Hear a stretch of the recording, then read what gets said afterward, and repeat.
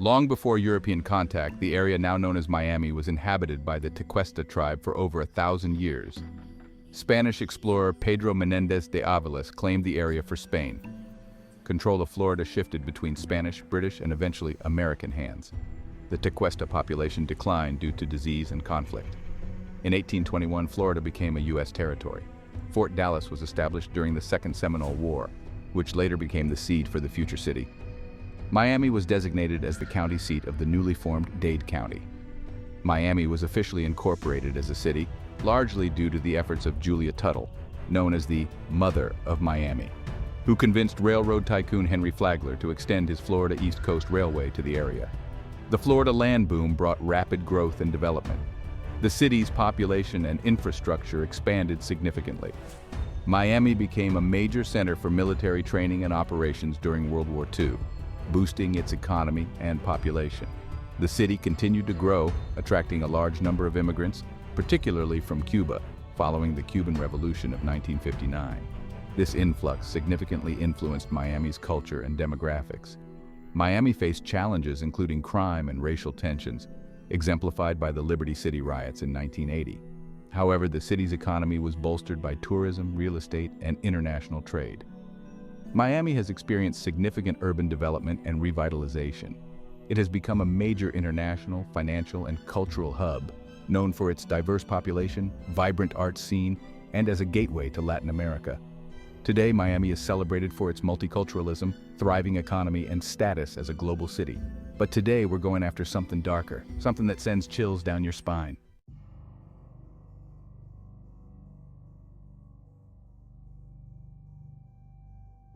The Miami River Inn, located at 437 SW 2nd Street in Miami, Florida, is a historic bed and breakfast that has seen the city's transformation over more than a century.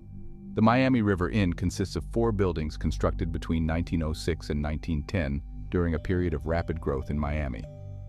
The buildings reflect the wood-frame vernacular architectural style common in South Florida at the time.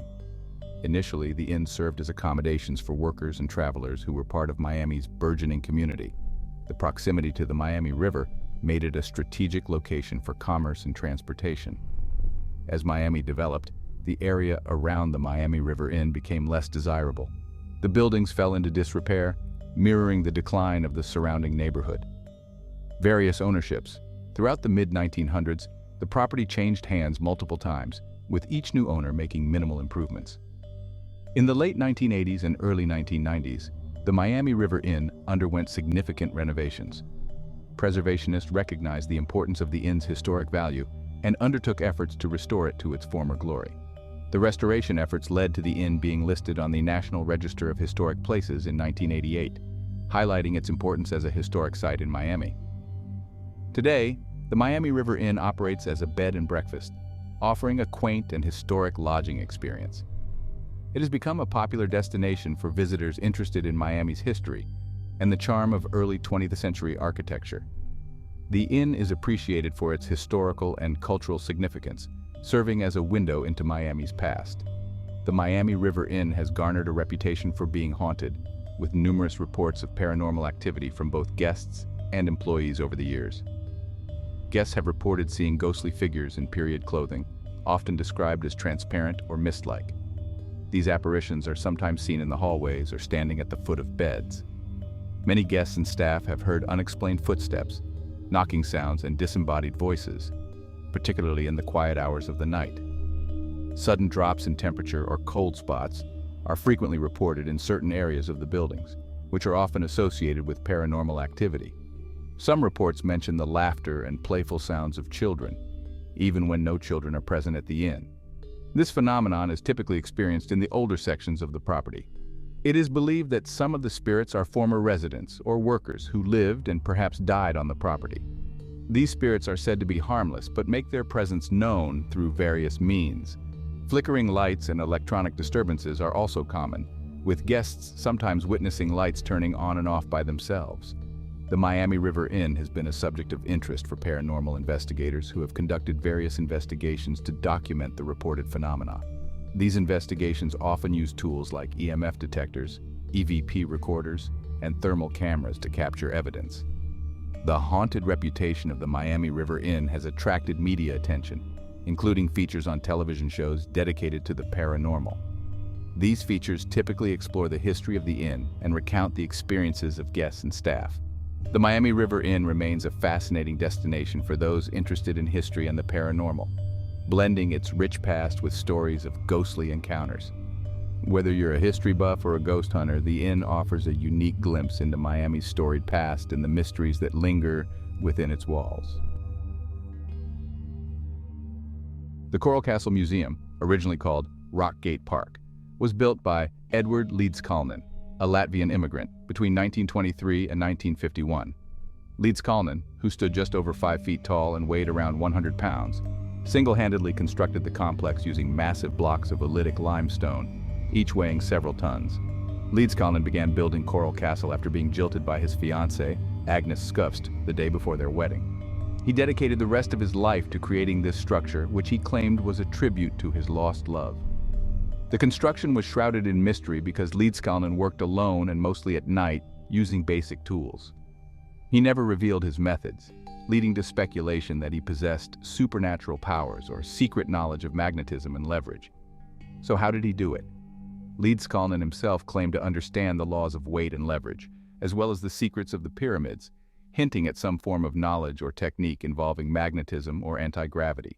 He wrote pamphlets on magnetism, suggesting he had a unique understanding of magnetic fields. However, there is no scientific evidence to support these claims. Most likely, Leedskalnin used a combination of simple machines such as pulleys, levers, and inclined planes. Observers noted that he had constructed tripods made of telephone poles and used chains and other standard tools to lift and move the stones. This theory suggests that with enough time and ingenuity, one person could move heavy objects using these techniques. Some believe that Leedskalnin rediscovered ancient techniques or knowledge that allowed him to manipulate heavy stones with relative ease. This theory is often tied to similar mysteries surrounding the construction of ancient structures like the Egyptian pyramids or Stonehenge. Leedskalnin was known to be a skilled and inventive mechanic and engineer. It is suggested that he used his understanding of mechanical advantage to move and position the stones precisely. His workshop contained various tools and equipment, indicating he had the practical skills needed to accomplish such a feat. Despite these theories, the exact methods Leedskalnin used to construct Coral Castle remain undocumented and unverified, adding to the allure and mystery of the site. The Coral Castle complex includes numerous megalithic stones, some weighing as much as 30 tons, intricately carved and placed to form walls, a tower, a sundial, various furniture pieces, and other structures. Notable features include a 9-ton gate that moves with the touch of a finger, a 2-story castle tower, and a Polaris telescope. Leedskalnin even incorporated elements like a solar calendar and a functioning well. In 1936, Leedskalnin moved the entire structure from its original location in Florida City to its current location in Homestead, Florida. He continued working on the castle until his death in 1951. After his death, the property was purchased by a family who later opened it to the public as a tourist attraction. Coral Castle's mysterious construction and the enigmatic life of Edward Leedskalnin have contributed to various ghost stories and paranormal claims. Visitors and staff have reported sightings of Leedskalnin's ghost wandering the grounds, especially near the stone structures. Some claim to see his spectral figure supervising the castle or sitting on one of the stone chairs. Some visitors have reported seeing strange lights and moving shadows at night, particularly around the megalithic stones. Many people have experienced an unsettling feeling of being watched or followed while exploring the castle, especially near Leedskalnin's living quarters in the tower. Mysterious sounds, unexplained sounds such as footsteps, whispering, and the creaking of stone gates have been reported by both visitors and night guards. Several paranormal investigators have visited Coral Castle to explore its haunted reputation. Some have claimed to capture electronic voice phenomena, EVP, and unusual electromagnetic readings. These findings have added to the lore and mystique of the site. Given Leedskalnin's secrecy and the precision of the construction, some theorists speculate that the site might have residual energy from the techniques or devices he used, contributing to the paranormal activity.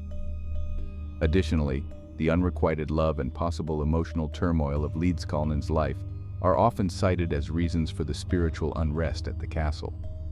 While these stories and phenomena add a layer of intrigue to the Coral Castle Museum, they remain part of its mystique, drawing curious visitors interested in both its historical and supernatural aspects. The Miami City Cemetery, established in 1897, is the oldest municipal cemetery in Miami. It was created to serve the needs of the growing city, which had been incorporated just a year earlier in 1896. The land for the cemetery was donated by the city's founders, including Julia Tuttle and Henry Flagler, reflecting the city's rapid expansion and the need for a designated burial ground. The cemetery is notable for its diverse interments, reflecting Miami's multicultural population from its earliest days. It includes the graves of many of Miami's pioneers and early settlers, such as members of the Peacock and Burdine families, who were instrumental in the development of the city. The layout of the cemetery, with its distinct sections for different religious and ethnic groups, mirrors the segregated society of Miami in the late 19th and early 20th centuries. There are sections for Catholics, Jews, blacks, and military veterans, showcasing the diverse yet divided nature of Miami's early community. Visitors often report hearing disembodied whispers and voices, especially near the graves of early settlers. These sounds are sometimes faint conversations or murmurs that cannot be traced to any living person. There have been sightings of ghostly figures wandering the cemetery at night. These apparitions are often described as being dressed in old-fashioned clothing, matching the time periods of the individuals buried there. Some visitors have seen translucent figures that vanish when approached. Sudden drops in temperature, known as cold spots, are frequently reported by those exploring the cemetery. These cold spots are believed to indicate the presence of spirits and are often experienced near specific graves or mausoleums. Unexplained lights and orbs have been seen floating among the tombstones, particularly after dark. These lights move erratically and cannot be attributed to any natural source or human activity. Various other unexplained phenomena, such as the feeling of being watched, hearing footsteps when no one is around, and objects being moved or touched, have also been reported by visitors and paranormal investigators. Some specific graves are associated with particular hauntings. For example, the grave of Julia Tuttle, often called the Mother of Miami, is a focal point for paranormal activity. Visitors have claimed to feel a strong presence near her grave, and some have reported seeing her ghost. Graves of Miami's founding families, such as the Tuttles and the Peacocks, a dedicated area for military veterans with graves dating back to the Spanish-American War, reflecting the early Jewish community of Miami, highlighting the African-American pioneers who played a significant role in the city's development. The Miami City Cemetery serves as a poignant historical site, offering a glimpse into the lives of Miami's early residents and the city's diverse heritage. Its reputation for being haunted adds a layer of intrigue and mystery, making it a fascinating destination for both history buffs and paranormal enthusiasts. The Curtis Mansion, located in Miami Springs, Florida, was the home of aviation pioneer Glenn Hammond Curtis. Built in 1925, the mansion is designed in the Pueblo Revival style, reflecting Curtis's fascination with Southwestern architecture. Glenn Curtis, often referred to as the father of naval aviation, was instrumental in the development of aviation and held over 500 patents related to aviation, motorcycling, and other fields.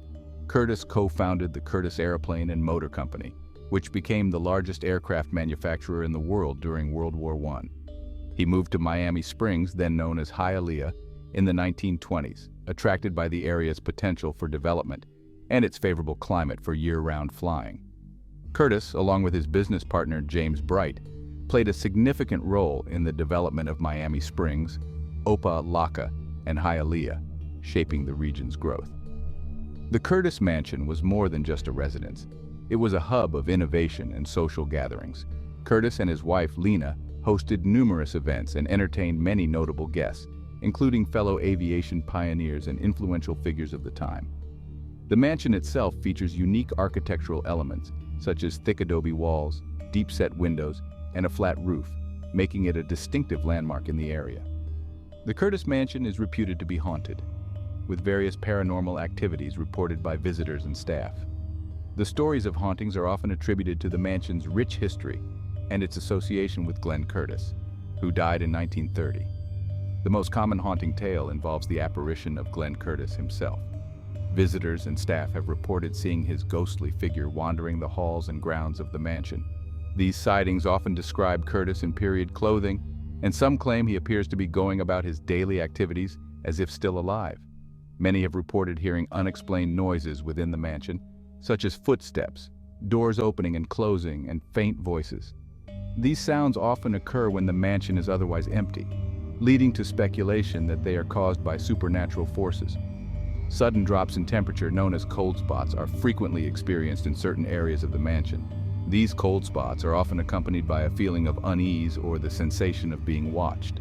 Objects have reportedly been moved or found in different locations without any explanation. This includes furniture, personal items, and even historical artifacts on display within the mansion. In addition to Glenn Curtis, there have been sightings of other ghostly figures. Some believe these could be the spirits of former guests or employees who had a strong connection to the mansion during their lifetimes. The Curtis Mansion has been restored and now serves as a historical site and event venue. It offers educational programs, guided tours, and hosts various cultural events throughout the year. The mansion's restoration has helped preserve its unique architectural features and its historical significance to the Miami Springs area. The combination of its historical importance, architectural uniqueness, and the personal connection to Glenn Curtis and his contributions to aviation make the Curtis Mansion a fascinating location. Its reputation for being haunted adds an element of mystery and intrigue, attracting both history enthusiasts and paranormal investigators alike. The Deering Estate, located in the Cutler Bay area of Miami, Florida, is a historic estate that encompasses 444 acres of natural and archaeological wonders. It was the home of Charles Deering, an industrialist and philanthropist who served as the chairman of the International Harvester Company.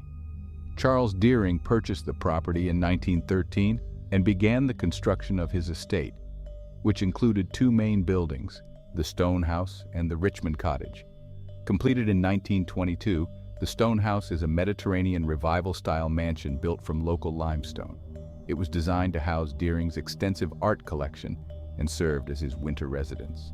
The mansion features elaborate architectural details and antique furnishings, reflecting Deering's sophisticated taste and love for the arts. Originally built as a hotel in 1896, the Richmond Cottage was one of the first buildings in the area and was later incorporated into the Deering Estate as a guest house. It is one of the oldest surviving wooden structures in South Florida and offers a glimpse into the region's early history. The estate also includes significant natural landscapes such as mangrove forests, tropical hardwood hammocks, and coastal wetlands. Additionally, the site contains important archaeological finds, including evidence of prehistoric Native American settlements. The Deering Estate is known for its rich history and its reputation as one of the most haunted locations in Miami. Numerous paranormal activities and ghostly encounters have been reported over the years, contributing to its eerie allure. Charles Deering himself is said to haunt the estate. Visitors and staff have reported seeing his apparition in various parts of the property, particularly in the Stone House. Some have described seeing a distinguished-looking man in early 20th century attire, believed to be Deering, wandering the halls or gazing out of windows. Unexplained noises such as footsteps, whispers, and the sound of doors opening and closing on their own are frequently reported.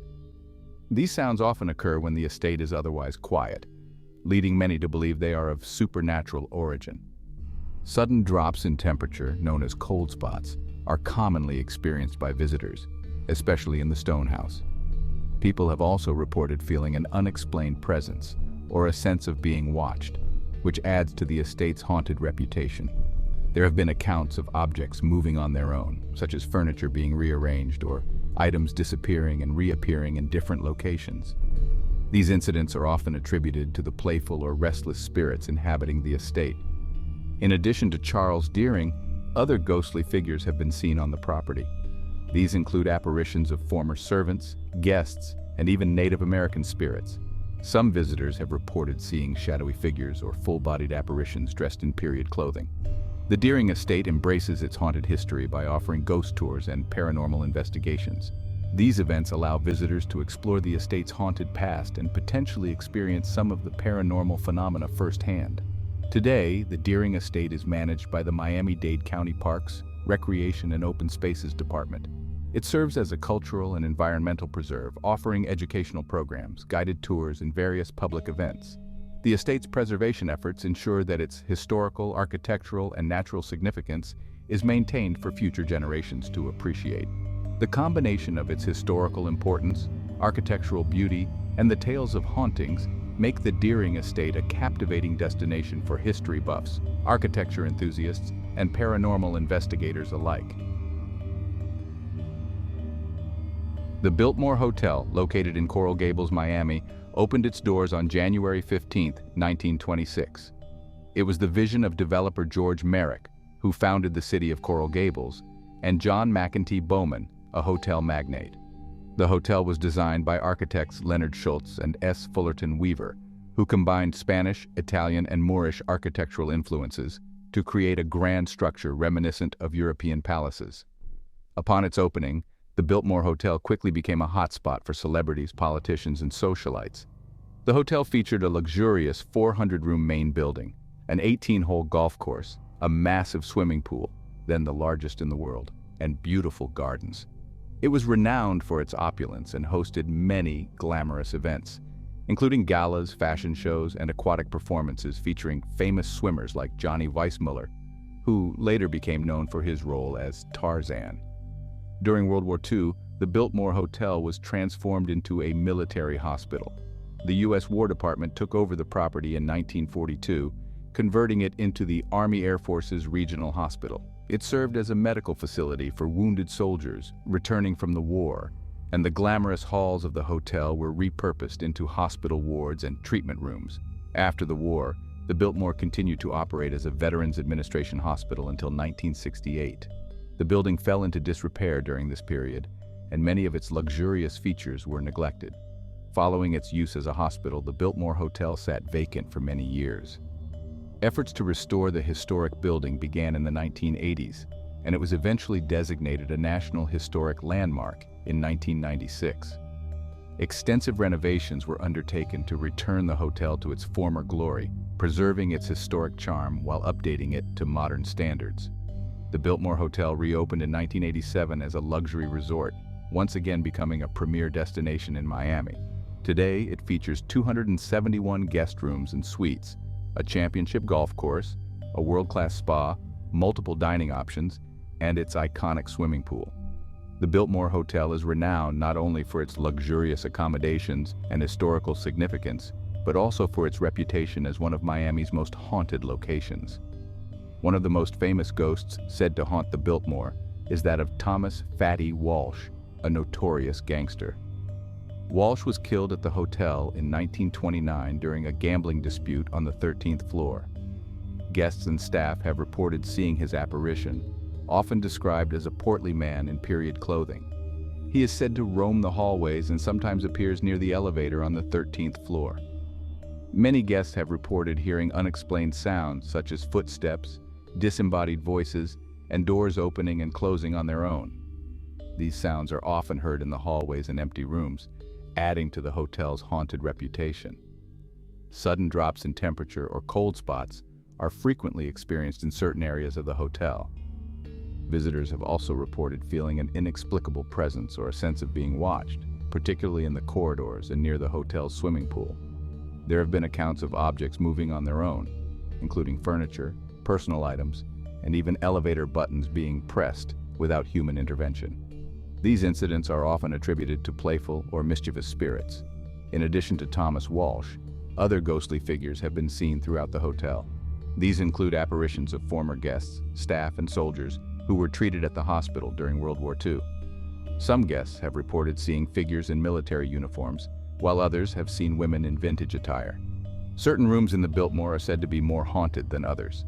Guests staying in these rooms have reported various paranormal activities, such as strange noises, flickering lights, and objects being moved. Room 320 is particularly notorious for its hauntings, with numerous guests claiming to have had ghostly encounters. The Biltmore Hotel's blend of historic grandeur and supernatural legends makes it a fascinating destination for visitors. Its rich history, from its glamorous beginnings to its wartime service and eventual restoration, provides a backdrop for the many ghost stories that continue to intrigue and captivate guests. Whether you're a history buff, a fan of luxury accommodations, or a seeker of the paranormal, the Biltmore Hotel offers a unique and unforgettable experience. The Alfred I. Dupont Building, located at 169 East Flagler Street in downtown Miami, is a historic landmark that stands as a testament to the city's architectural and economic history. Named after the influential industrialist and philanthropist Alfred Dupont, the building was constructed between 1937 and 1939 during the Great Depression. The building was designed by the architectural firm Marsh and Saxelby and is an excellent example of Art Deco architecture, characterized by its elegant lines, geometric shapes, and lavish decorative elements. The exterior of the building features limestone and granite, while the interior is adorned with rich materials like brass, bronze, and marble. Originally, the Alfred I. Dupont Building served as the headquarters for the Florida National Bank. It was one of the few major construction projects completed in Miami during the Great Depression, symbolizing economic resilience and optimism. The building's grand lobby, with its ornate murals, high ceilings, and decorative motifs, became a symbol of Miami's financial strength and architectural beauty. Over the years, the Alfred I. Dupont Building has housed various financial institutions and businesses. In the 1950s and 1960s, the building continued to serve as a bank and office space, maintaining its status as a central hub in Miami's financial district. In recent years, the building has been repurposed and restored, serving as a popular venue for events including weddings, corporate functions, and cultural events. Its historic charm and architectural significance make it a sought-after location for those looking to experience a piece of Miami's history. The Alfred I. Dupont Building is reputed to be one of the most haunted buildings in Miami, with numerous reports of paranormal activity. These ghostly tales are often linked to the building's history and the events that have taken place within its walls. One of the most frequently reported hauntings occurs in the basement of the Alfred I. Dupont Building.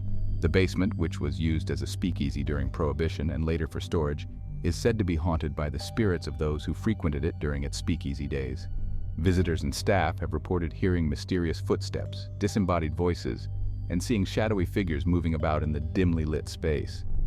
Throughout the building, especially in the late hours, there have been numerous reports of unexplained noises. These include sounds of doors slamming, objects being moved, and eerie whispers that cannot be traced to any living source. These noises are particularly common in the hallways and empty offices. Many visitors have experienced sudden drops in temperature, known as cold spots, in various parts of the building. These cold spots are often accompanied by feelings of unease or the sensation of being watched. Some people have also reported feeling an inexplicable presence, especially in the building's upper floors and basement. There have been several accounts of objects moving on their own, such as furniture being rearranged or items disappearing and reappearing in different locations. These incidents are often attributed to the playful or restless spirits that are believed to inhabit the building. Some of the apparitions reported in the Alfred I. Dupont Building are believed to be those of former bank employees. People have described seeing figures dressed in early 20th century attire, going about their business as if they are still working in the bank. These ghostly sightings are often seen in the building's offices and hallways. The elevators in the Alfred I. Dupont Building are also said to be haunted. Some individuals have reported seeing ghostly figures inside the elevators, and there have been instances where the elevators move between floors on their own without being called. The Alfred I. Dupont Building stands as a historic and architectural landmark in Miami, representing the city's resilience and growth during the Great Depression. Its Art Deco design and rich history make it a fascinating location for both history enthusiasts and those interested in the paranormal. The building's numerous reports of hauntings add an element of mystery and intrigue, making it a captivating destination for visitors. Whether you're exploring its architectural beauty or seeking out ghostly encounters, the Alfred I. Dupont Building offers a unique glimpse into Miami's past. Our last stop is the Villa Paula, which is a historic mansion located in the Little Haiti neighborhood of Miami, Florida. The mansion was built in 1925 by the Cuban government to serve as the first Cuban consulate in Miami. Designed in the neoclassical style, Villa Paula features grand columns, arched windows, and ornate detailing, reflecting the architectural elegance of the period. The mansion was named after Paula Malord, the wife of the first Cuban consul to Miami, Domingo J. Milford. Paula was known for her beauty and grace, and the house was a hub of social activity, hosting various diplomatic and cultural events. Villa Paula was not only a consulate, but also a residence for the consul and his wife, making it a significant cultural and social center for Miami's growing Cuban community. In the years following its use as a consulate, Villa Paula changed ownership several times and served various purposes, including a private residence and an art gallery. However, the mansion eventually fell into disrepair and was abandoned for a period, adding to its aura of mystery and neglect. In recent years, efforts have been made to restore Villa Paula to its former glory. The mansion has been preserved and repurposed, maintaining its historic charm while serving as a venue for art exhibitions, cultural events, and private functions. Its unique architecture and storied past make it a notable landmark in Miami. Villa Paula is widely regarded as one of the most haunted locations in Miami. Numerous reports of paranormal activity have been associated with the mansion, contributing to its eerie reputation. The most famous ghost said to haunt Villa Paula is that of Paula Millord herself. Paula died in the mansion in 1932 after a leg amputation that led to complications. Her spirit is believed to linger in the house, with many reports of sightings of a one-legged woman dressed in early 20th century clothing. She is often seen in the garden or near the staircase, and her presence is usually accompanied by the strong scent of roses, her favorite flower. One of the most intriguing and frequently reported paranormal activities at Villa Paula is the sound of a piano playing. This phenomenon is often associated with Paula, although there is no historical record indicating that Paula herself played the piano. The music is heard coming from areas of the mansion where a piano was once located. Visitors and staff have reported hearing the sound of a piano playing softly, usually at night or during quiet times. The melodies are often described as classical or traditional pieces that were popular in the early 20th century. The source of the music remains a mystery, as there is no piano currently in the mansion. The sounds are believed to emanate from what was once the music room, adding to the eerie atmosphere of the house. Some speculate that the music is a residual haunting, where energy from the past is replayed in the present. Others believe it might be Paula's spirit or another former resident expressing themselves through music. Another unsettling tale associated with Villa Paula involves the spirits of 3 cats. According to local legend, Paula Millord did not like cats and was said to have been responsible for the death of 3 cats on the property. This story has contributed to the mansion's haunted reputation. Visitors have reported seeing the apparitions of cats or feeling their presence. These ghostly cats are sometimes seen in the garden or roaming the halls, often disappearing when approached. Some guests have felt an inexplicable brush against their legs, as if a cat were rubbing against them, only to find nothing there. Meowing sounds have also been heard, particularly in the areas where the cats were allegedly buried. One of the more benevolent and intriguing phenomena at Villa Paula is the sudden appearance of flowers, especially roses. These incidents are often linked to Paula Millord, who was known to love roses. Fresh roses have been found in various places around the mansion without any explanation of how they got there. This includes on tables, windowsills, and even on beds. The appearance of the flowers is often seen as a gentle sign of Paula's presence. Given that she adored roses, it is believed that she manifests these flowers as a way of making her presence known. Both visitors and staff have reported finding these inexplicable flowers. They are usually fresh and fragrant, adding to the mystery as there is no clear source for their sudden appearance. There have been several accounts of objects moving on their own, including furniture being rearranged, and items disappearing and reappearing in different locations. These incidents are often linked to the playful or restless spirits that are believed to inhabit the mansion. In addition to Paula, other ghostly figures have been seen in Villa Paula. These include apparitions of former consulate staff and visitors dressed in period attire. Some guests have reported seeing shadowy figures moving through the halls and rooms of the mansion. One of the more unique paranormal phenomena reported at Villa Paula is the occasional smell of freshly brewed Cuban coffee. This aroma is often detected in the kitchen and dining areas, despite no coffee being made, and is thought to be linked to the building's Cuban heritage. Villa Paula's blend of historical significance and paranormal activity makes it a fascinating destination for both history enthusiasts and ghost hunters. Its architectural beauty and storied past, combined with the numerous reports of hauntings, create an intriguing atmosphere that continues to captivate visitors. Whether you're drawn by its historical roots or the tales of ghostly encounters, Villa Paula offers a unique glimpse into Miami's cultural and supernatural history. The seance at Villa Paula is a notable event that has contributed to its reputation as one of Miami's most haunted locations. This seance, conducted by paranormal investigators and enthusiasts, aimed to connect with the spirits said to inhabit the historic mansion, particularly that of Paula Millord. Given the numerous reports of paranormal activity at Villa Paula, including sightings of ghostly figures, unexplained noises, and moving objects, a group of paranormal investigators decided to conduct a seance to attempt direct communication with the spirits. The event was organized with careful consideration of the mansion's history and previous accounts of hauntings. The seance took place in the evening, a time believed to be more conducive to paranormal activity. The participants included experienced mediums, paranormal investigators, and a few invited guests. The room was prepared with typical seance tools such as candles, a round table, and personal items belonging to Paula Millord, including a locket and a photograph.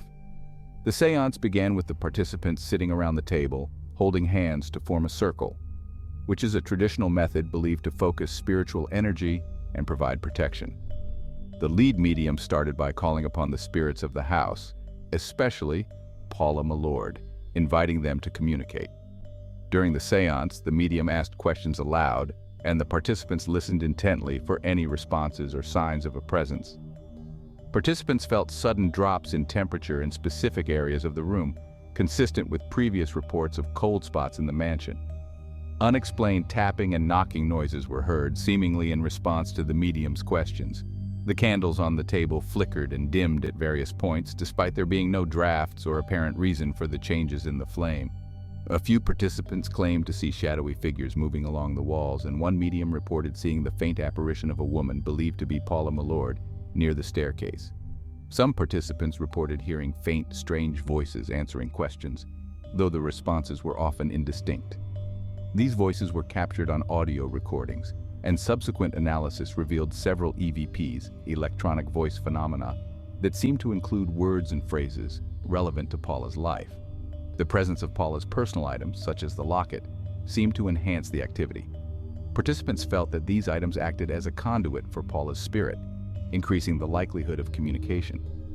The event reinforced the belief that Villa Paula is a significant site for paranormal activity and continues to attract both ghost hunters and curious visitors interested in experiencing the supernatural. The mansion remains a popular destination for those fascinated by its history and the stories of ghostly encounters that have persisted over the decades. If you enjoyed this video, please be sure to like, comment, and subscribe for more haunting around the world.